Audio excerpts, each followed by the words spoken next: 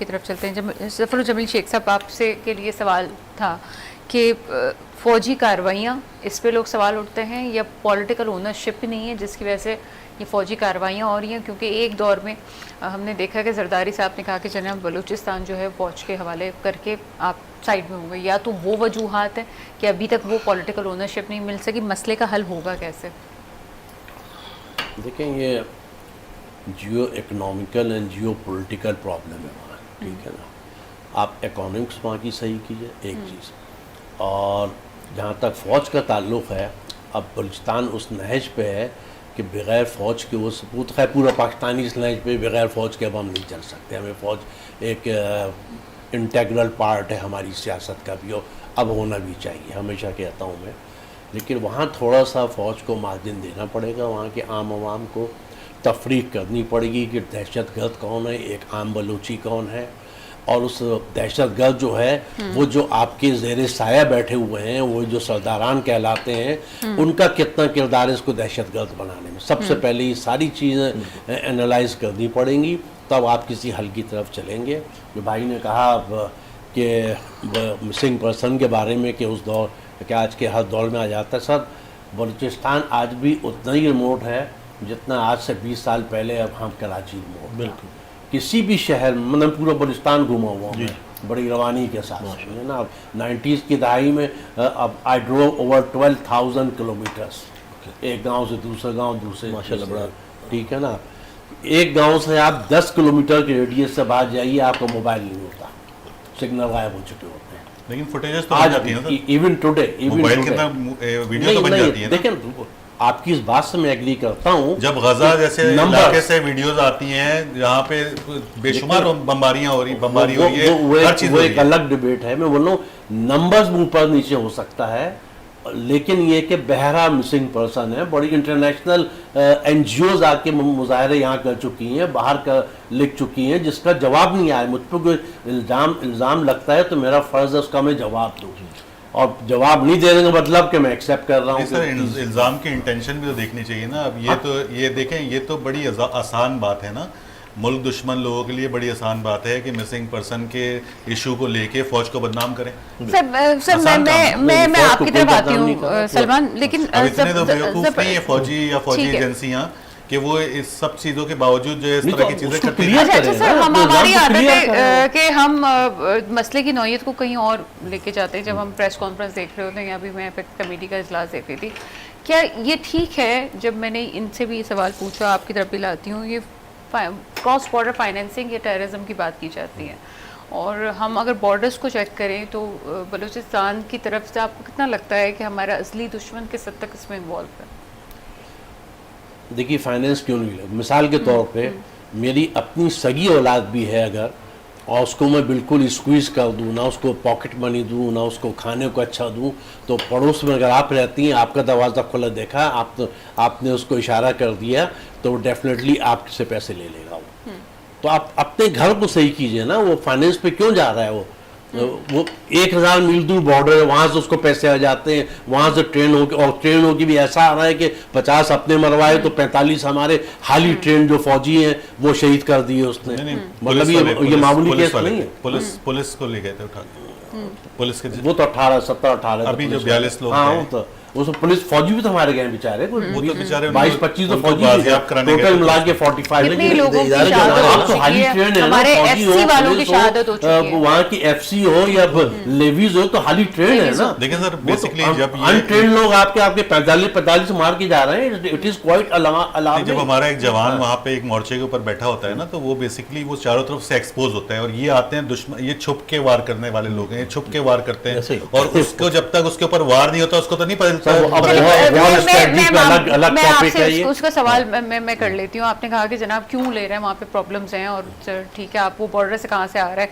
मुझे ये बताएं कि एक वक्त तक हम तो इस मामले को यही समझ रहे थे कि SHO साहब का एक मसला है, वो थानेदार है। अब थानेदार से निकल गए, इतना हम समझ गए हैं कि हम उस थानेदार से निकल गए, अब कोई बड़ी नौयत का मामला है जिसको हल करने की इमरजेंसी जरूरत पड़ चुकी है। सर, ये मेजर जनरल से लेवल से कम का मामला नहीं है। मैं तो खुल के बताऊँ ना, जिन्होंने बयान दिया SHO की एक मार है, जाए आप खाली कोटा में SHO से रिट कायम कर दें, चले कोटा के बाहर तो आप छोड़ दी, जहाँ आपकी हुकूमत ही नहीं है कहीं पर, तो ये बेवकूफ़ाना अब सियासी बयानात होते हैं। फ़ौज को अब कई पैराए में काम, जो आप दहशतगर्द कन्फर्म है, आप बिल्कुल उनको चेस कीजिए, उनको पकड़िए, लेकिन साथ में जैसा हम तीनों ने भी मुत्तफ़िक़ हैं इस बात पे कि बेसिक प्रॉब्लम जो बलूचिस्तान के अंदर है, वहाँ के सरदार की ओवर लिमिट फैसिलिटेशन है, उसकी आपके जिसे कहें कि इन्वॉल्वमेंट है वहाँ पे हमेशा से होता है 78 साल में कि कोई भी हुकूमत बनती है, वो फौजी हो चाहे सियासी हो, बलूचिस्तान जब आती है वो पिछले 2 सरदारों को मातूब किया जाता है, 3 सरदारों के जरिए हुकूमत चलाई जाती है। जो मातूब होता है वो अपने बंदे तैयार करके पहाड़ों पर ग्राउंड रियलिटीज और थ्योरीज को आप जानते हैं, आप भी इसका जवाब दे देंगे। सोशल इन्फ्लुएंस होता है, अब सोशल इन्फ्लुएंस को दूर करना नस्लों का काम होता है। ये मैं नहीं कह सकती कि आप एक दफ़ा किसी पे तकरीर करेंगे और ये सोशल इन्फ्लुएंस ख़त्म हो जाएगा, ये खून में बस जाता है।